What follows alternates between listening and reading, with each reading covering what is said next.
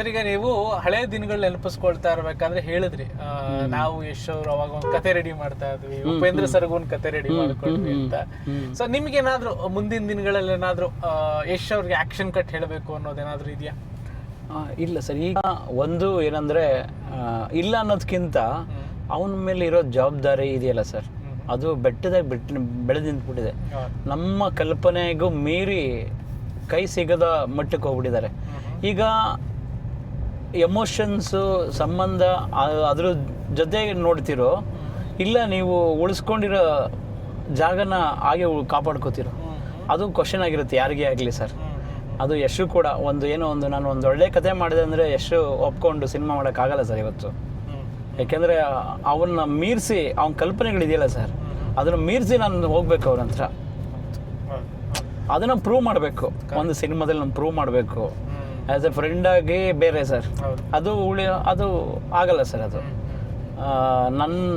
ಯಾಕೆಂದರೆ ಅವನನ್ನು ನಾನು ಹ್ಯಾಂಡ್ಲ್ ಮಾಡ್ತೀನಿ ಅನ್ನೋ ಮಟ್ಟಕ್ಕೆ ಹೋಗಿ ಒಂದು ಸಿನಿಮಾನ ತೋರಿಸಿದಾಗ ಅವನಿಗೂ ಆ ಕಾನ್ಫಿಡೆಂಟ್ ಬರುತ್ತೆ, ಚಂದ್ರಮೋಹನ್ ಮಾಡ್ಬೋದು ಅನ್ನೋದು. ಸೊ ಆ ನಿರೀಕ್ಷೆ, ಆ ಥರ ಆಸೆಗಳು ಇಲ್ಲ ಸರ್. ಯಾಕೆಂದರೆ ಅವನ್ನ ನೋಡಿ ಖುಷಿ ಪಡ್ತಿದ್ದೀನಿ, ಸಕ್ಸಸ್ ನೋಡಿ ಖುಷಿ ಪಡ್ತಿದ್ದೀನಿ. ಅದು ನಾನು ಮಾಡಬೇಕೆಲ್ಲ ಅನ್ನೋ ಆಸೆ ಇಲ್ಲ ಸರ್. ಯಾಕೆಂದರೆ ಆ ಮಟ್ಟಿಗೆ ಅರ್ಹತೆನೂ ಬೇಕಿಲ್ಲ ಸರ್. ಅರ್ಹತೆ ಮೀನ್ಸ್ ಸ್ಕ್ರಿಪ್ಟು, ಒಂದು ಪ್ರೊಡಕ್ಷನ್ ಹೌಸು ಎಲ್ಲ ಸೇರ್ಬೇಕಲ್ಲ ಸರ್. ಅದು ಒಟ್ಟಿನಲ್ಲಿ ನೀವು ನಿಮ್ಮದೇ ಆದಂತ ಒಂದು ಛಾಪನ್ನ ಮೂಡ್ಸಕ್ಕೆ ನಿಮ್ಮ ಸ್ಕ್ರಿಪ್ಟ್ಗಳಲ್ಲೇ ಒಂದಷ್ಟು ನಡೀತಾ ಇದೆ ಸರ್. ಇಲ್ಲಿ ನನಗೆ ಸಮಾಧಾನ ಇದೆ, ಖುಷಿ ಇದೆ. ಯಾಕೆಂದರೆ ಪ್ರತಿಯೊಂದು ಸಿನಿಮಾದಲ್ಲೂ ಪ್ರತಿಯೊಂದು ಸಿನಿಮಾ ದೊಡ್ಡ ಮಟ್ಟಕ್ಕೆ ಹಿಟ್ಟಾಗುತ್ತೆ ಅನ್ನೋದು. ನಾನು ಮಾಡಿರೋ ಸಿನಿಮಾಗಳು ಇಲ್ಲಿವರೆಗೂ ನನಗೆ ತೃಪ್ತಿ ಕೊಟ್ಟಿದೆ. ಯಾಕೆಂದರೆ ಪ್ರತಿ ಸಿನಿಮಾದಲ್ಲೂ ನಾನು ಮಾಡಿರೋ ಸೀನು ವರ್ಕೌಟ್ ಆದಾಗ ಆಡಿಯನ್ಸ್ ಪಕ್ಕ ನಿಂತ್ಕೊಂಡು ಅವ್ರು ಅಷ್ಟು ಜನ ನಗ್ತಾಗ ಅದು ಸಮಾಧಾನ ಇದೆಯಲ್ಲ ಸರ್, ಅದು ತುಂಬ ಖುಷಿ ಕೊಡುತ್ತೆ. ಬಳ್ಳಾರ್ಗಿಲ್ಲಿ ಮೂವಿ ಬಡ್ಜೆಟ್ ಎಷ್ಟಿದೆ?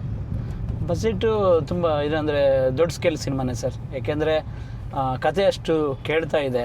ಅಂದರೆ ಗಿಲ್ಲಿಯವರು ಏನೋ ಒಂದು ತುಂಬ ಕ್ರೇಜ್ ಇದೆ, ಏನೋ ಒಂದು ಬಜೆಟಲ್ಲಿ ಹಾಕಿ ಮುಗಿಸ್ಬೋಣ ಈ ಥರ ಪ್ಲ್ಯಾನ್ ಇಲ್ಲ ಸರ್. ಪ್ರೊಡಕ್ಷನ್ ಹೌಸ್ಗೂ ನವೀನ್ ಹರೀಶ್ ಅವ್ರಿಗೂ ಅಷ್ಟೇ ಆ ಥರ ಪ್ಲ್ಯಾನ್ ಇಲ್ಲ. ಸಿನಿಮಾಗೆ ಏನು ಬೇಕೋ ಅದನ್ನು ಮಾಡ್ತೀವಿ. ಸೆಟ್ ಹಾಕಿದ್ದೀವಿ. ಇದು ಇಂಟ್ರೋಲ್ ಪಾಯಿಂಟಲ್ಲಿ ಒಂದು ಸೆಟ್ ಬರುತ್ತೆ, ಒಂದು ಜಾತ್ರೆ ದೊಡ್ಡ ಸೆಟಪ್ ಇದೆ, ಕ್ಲೈಮ್ಯಾಕ್ಸ್ ಸೆಟಪ್ ಇದೆ. ಸೊ ಒಂದು ಪೊಲಿಟಿಷಿಯನ್ ಸೆಟಪ್ ಇದೆ, ದೊಡ್ಡದು ಒಂದು ಪೊಲಿಟಿಷಿಯನ್ ಸೆಟಪ್ಪು. ಫೈಟ್ ಗೀಟ್ ಎಲ್ಲ ಸ್ಟಂಟ್ ಎಲ್ಲ ಮಾಡಿಸಿದ್ದೀರಾ? ಅದು ಫೈಟು ಕೂಡ ನಿಮಗೆ ಹ್ಯೂಮರ್ ಆಗೇ ಬರುತ್ತೆ ಸರ್. ಫೈಟ್ ಇದೆ, ನೀವು ಇಮೇಜ್ ಮಾಡೋಕ್ಕಾಗ ದೊಡ್ಡ ಸ್ಟಾರ್ಗೆ ಹೆಂಗೆ ಇಂಟ್ರೊಡಕ್ಷನ್ ಫೈಟ್ ಇರುತ್ತೋ ಆ ಮಟ್ಟಿಗೆ ಇರುತ್ತೆ. ಅದನ್ನು ಜನ ಎಂಜಾಯ್ ಮಾಡಿ ನೋಡ್ತಾ ಇರ್ತಾರೆ. ಆ ಥರ ಮಾಡ್ತಾ ಇದ್ದೀವಿ. ಸೊ ಆ್ಯಕ್ಷನ್ ಕೂಡ ಇದೆ, ಆ್ಯಕ್ಷನ್ ಕೂಡ ಎಂಟರ್ಟೈನ್ಮೆಂಟ್ ಆಗೇ ಇರುತ್ತೆ. ಬೇರೆ ಲ್ಯಾಂಗ್ವೇಜಲ್ಲಿ ಎಕ್ಸ್ಪೆಕ್ಟ್ ಮಾಡ್ಬೋದಾ? ಯಾಕಂದ್ರೆ KVN ಅಂತ ಬಂದಾಗಲೇ ಅದೊಂದು ಆ ಸೌಂಡ್ ಹೆಂಗಿದೆ, ದೊಡ್ಡ ಮಟ್ಟದಲ್ಲಿ ಸಿನಿಮಾ ಆಗುತ್ತೆ, ಎಲ್ಲ ಲ್ಯಾಂಗ್ವೇಜ್ ಅಲ್ಲೂ ಬರುತ್ತೆ ಅನ್ನೋದು. ಅದು ಒಂದು ತಲೆಯಲ್ಲಿರೋದೇನಂದ್ರೆ ಫಸ್ಟು ಈ ಕನ್ನಡ ರಿಲೀಸ್ ಮಾಡಿ ಇಲ್ಲಿ ರಿಪೋರ್ಟ್ ನೋಡಿಕೊಂಡು ಅದನ್ನು ನೆಕ್ಸ್ಟ್ ಬೇರೆ ಬೇರೆ ಲ್ಯಾಂಗ್ವೇಜ್ ತೊಗೊಂಡೋಗ್ಬೋದು ಅಂತ ಐಡಿಯಾ ಇದೆ ಸರ್. ಫಸ್ಟು ನಮ್ಮ ಜನ ಒಪ್ಕೋಬೇಕು ನಮ್ಮ ಸಿನಿಮಾನ. ಸೊ ಅದಾದಮೇಲೆ ಇಮಿಡಿಯೇಟ್ ಆ್ಯಕ್ಷನ್ ತಗೋದಿದೆ ಸರ್ ಬೇರೆ ಲ್ಯಾಂಗ್ವೇಜ್ಗೆಲ್ಲ.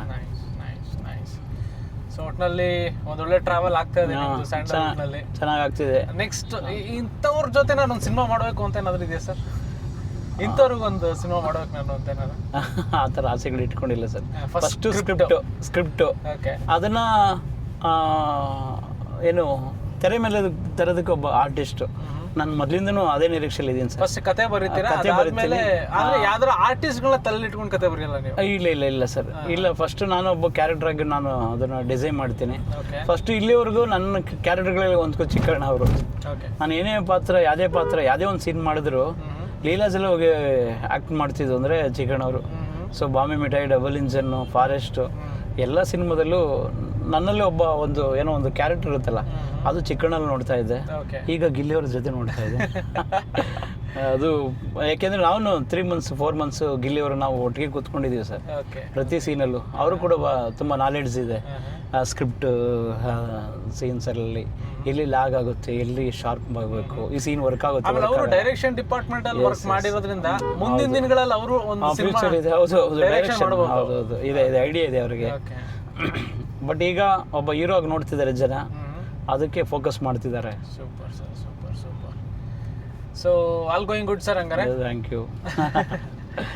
ನೈಸ್. ಹೆಂಗನು ಸರ್ ಕಾರ್ ಪಾಡ್ಕಾಸ್ಟ್, ಕಾರ್ ಖುಷಿ ಆಯ್ತು ನೀವು ಕೊಡಿಸಿದ ಫಸ್ಟ್ ಟೈಮ್ ಅನ್ಕೋತೀನಿ. ಹೌದು, ನನಗೂ ಹೊಸ ಅನುಭವ. ಓಕೆ. ಮಧ್ಯದಲ್ಲಿ ಒಂದು ಗ್ಯಾಪ್, ಕಾಫಿ ಬ್ರೇಕು, Okay. ಮಳೆ, ವೆದರ್ ಚೆನ್ನಾಗಿದೆ. ಹೌದು AC ಆಫ್ ಮಾಡಬೇಕು ಅನ್ನಿಸ್ತು. ಆ ಮಟ್ಟಕ್ಕೆ ವಾತಾವರಣ ಇದೆ. ಹೌದು. ಥ್ಯಾಂಕ್ ಯು, ಚೆನ್ನಾಗಿತ್ತು, ಒಳ್ಳೆ ಜರ್ನಿ. ಓಕೆ. ಫೈನಲಿ ನಮ್ಮ ಆಡಿಯನ್ಸ್ಗೆ ಏನು ಹೇಳಕ್ಕೆ ಇಷ್ಟಪಡ್ತೀರಾ ಸರ್? ಆಡಿಯನ್ಸ್ ಕನ್ನಡ ಸಿನಿಮಾಗಳನ್ನ ನೋಡಬೇಕು. ಆಡಿಯನ್ಸ್ ಎಲ್ಲ ಡೈರೆಕ್ಟರ್ ಅದೇ ಹೇಳೋದು, ಕನ್ನಡ ಸಿನಿಮಾ ನೋಡಿ ಬೆಳೆಸಿ ಹರಿಸಿ.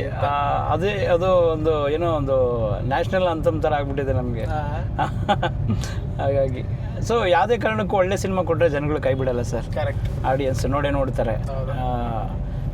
ಸೊ ನೋಡೋಂಗೆ ನಾವು ಮಾಡಬೇಕು. ನಮಗೆ ತುಂಬ ಚಾಲೆಂಜಿಂಗ್ ಇದೆ ಈಗ. ಜನಗಳನ್ನ ಥಿಯೇಟ್ರಿಗೆ ಕರೆಸೋದೇ ಆಗಲಿ, ಅವ್ರಿಗೊಂದು ಒಳ್ಳೆ ಸಿನಿಮಾ ಕೊಡೋದೇ ಆಗಲಿ, ಅದು ನಮಗೆ ದೊಡ್ಡ ಚಾಲೆಂಜ್ ಸರ್.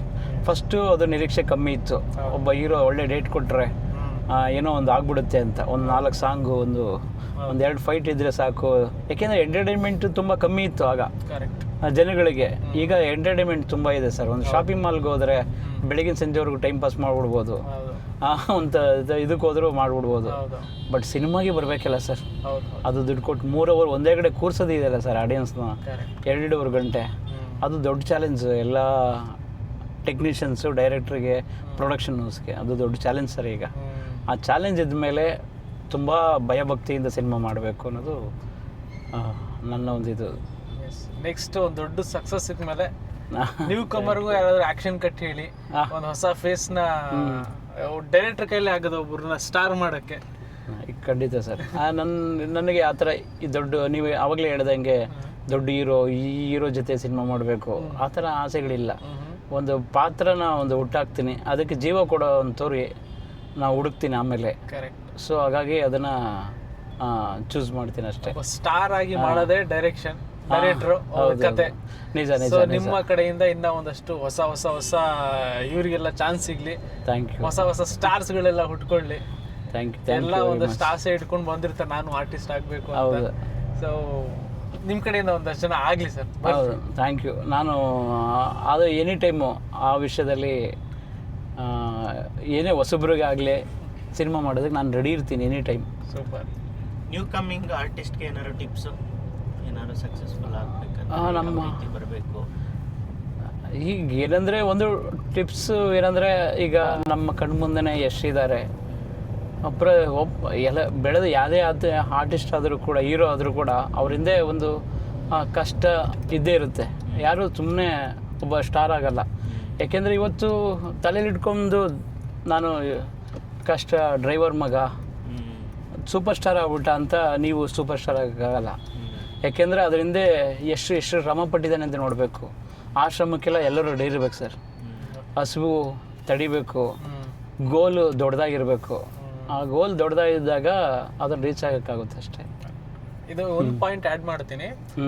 ಯಶೋರ ಅಮ್ಮನ್ನ ನೀವು ಕೇಳ್ಕೊಂಡ್ರಿ, ಒಂದು ವಾರ ಅಲ್ಲೇ ಇದ್ರಿ ಅಂತ ಹೇಳಿದ್ರೆ, ಅಪ್ಪನೂ ಇದ್ರೆ ಅವ್ರೇನಾದ್ರು ಮಾತಾಡಿದ್ರು? ಅವ್ರು ಮಾತಾಡ್ತಿರ್ಲಿಲ್ಲ ಸರ್. ಅವ್ರಿಗೆ ಒಂದು ಸ್ವಲ್ಪ ಇಂಟ್ರೆಸ್ಟ್ ಇಲ್ಲ. ಸಿನಿಮಾ, ಮಗ ಯಾಕೆ ಹೋಗ್ತಾನೆ, ಒಂದು ಜನರಲ್ ಸ್ಟೋರಿ ಇತ್ತು ಅವ್ರದ್ದು, ಅದನ್ನ ನೋಡ್ಕೊಂಡಿದ್ರೆ ಸಾಕಲ್ವಾ. ಯಾಕೆ ಇವನಿಗೆ PUC ಓದ್ತಾ ಇದ್ರು, PUC ಆಗ್ತಾನೆ ಕಂಪ್ಲೀಟ್ ಆಗಿತ್ತು. ಹೌದು, ನಂದೊಂದು ಜನರ ದಿನಸಿ ಅಂಗಡಿ ಇದೆ, ಅದು ಹಿಡ್ಕೊಂಡು ಹೋಗ್ಬೋದಲ್ಲ ಅನ್ನೋ ಥರ ಐಡಿಯಾ ಇತ್ತು ಅಷ್ಟೇ ಹೊರತು ಅವ್ರ ತಂದೆಗೆ ಸುತ್ತರಾಮ್ ಇಷ್ಟ ಇರಲಿಲ್ಲ. ಬಟ್ ಒಂದೇ ಒಂದು ಆಸೆ ಏನಂದರೆ ಅವರ ಅಮ್ಮಗೆ ನಮ್ಮ ಮಗ ಏನೋ ಮಾಡ್ತಾನೆ ಅನ್ನೋ ಇತ್ತು. ಅಪ್ಪಗೆ ಅಷ್ಟು ಆಸೆ ಇರಲಿಲ್ಲ ಬಿಡಿ, ಸಿನಿಮಾ ಕ್ರೇಜು ಅದೆಲ್ಲ ಇಂಟ್ರೆಸ್ಟೇ ಇರಲಿಲ್ಲ. ಸೊ ಆ ವಿಷಯವಾಗಿ ಅಪ್ಪ ಮಗ ಮಾತಾಡೋದೇ ಕಮ್ಮಿ ಕೆಲವು ವಿಷಯದಲ್ಲಿ. ಸ್ಟಾರ್ಟಿಂಗಲ್ಲಿ ಯಾವಾಗ ನನ್ನ ಮಗ ಮಟ್ಟಕ್ಕೆ ಹೋದ, ಎಲ್ಲರಿಗೂ ಸರ್ಪ್ರೈಸ್ ಅಲ್ವಾ ಸರ್ ಅದು, ಪ್ರತಿಯೊಬ್ಬ ತಂದೆಗೂ. ಸೊ ಫೈನಲಿ ಹೆಂಗೆ ಅನ್ನಿಸ್ತು ಸರ್? ಏನು ಹೇಳ್ತೀರಾ ಲಾಸ್ಟಲ್ಲಿ? ತುಂಬ ಚೆನ್ನಾಗಿತ್ತು ಸರ್ ಜರ್ನಿ, ತುಂಬ ಚೆನ್ನಾಗಿತ್ತು. Thank you sir, thank you so much. ಇಷ್ಟೊತ್ತು ನಮ್ಮೊಟ್ಟಿಗೆ ಬಂದು ಮಾತಾಡೋದಕ್ಕೆ ಒಂದಷ್ಟು ಹಳೆ ವಿಷಯಗಳನ್ನ ಇವಾಗ ಹಂಚ್ಕೊಂಡ್ರೆ ಖುಷಿ ಆಯಿತು ನನಗೂ ಕೇಳಿ. ಸೊ ಇದು ಒಂದಷ್ಟು ಜನಕ್ಕೆ ಇನ್ಸ್ಪೈರ್ ಕೂಡ ಆಗ್ಬೋದು. And thank you so much. ನಿಮ್ಮ ಪಳಾರ್ ಸಕ್ಸಸ್ಫುಲ್ ಆಗಲಿ. ಆಮೇಲೆ ಇನ್ನೊಂದು ಸಿನಿಮಾ ಶ್ರೀರಾಮಚಂದ್ರ ಮಾಡ್ತೇವೆ, ಅದು ಸಕ್ಸಸ್ಫುಲ್ ಆಗಲಿ. ಮತ್ತೆ ಆ ಸಿನಿಮಾ ಟೈಮಲ್ಲಿ ಮತ್ತೆ ಸಿಗ್ತೀನಿ, ಇನ್ನೊಂದಷ್ಟು ವಿಚಾರಗಳನ್ನ ಮಾತಾಡೋಣ. ಇಷ್ಟೊತ್ತು ಮಾತಾಡೋದಕ್ಕೆ ಥ್ಯಾಂಕ್ ಯು. ಅಡ ಇಟ್ಟಿರೋ ನಿಮ್ಮ ಚಿನ್ನವನ್ನ ತಕ್ಷಣ ಬಿಡಿಸ್ಬೇಕಾ? ನಿಮ್ಮ ಚಿನ್ನವನ್ನ ಬೆಸ್ಟ್ ಪ್ರೈಸ್ಗೆ ಮಾರ್ಬೇಕಾ? Call 8722 484848.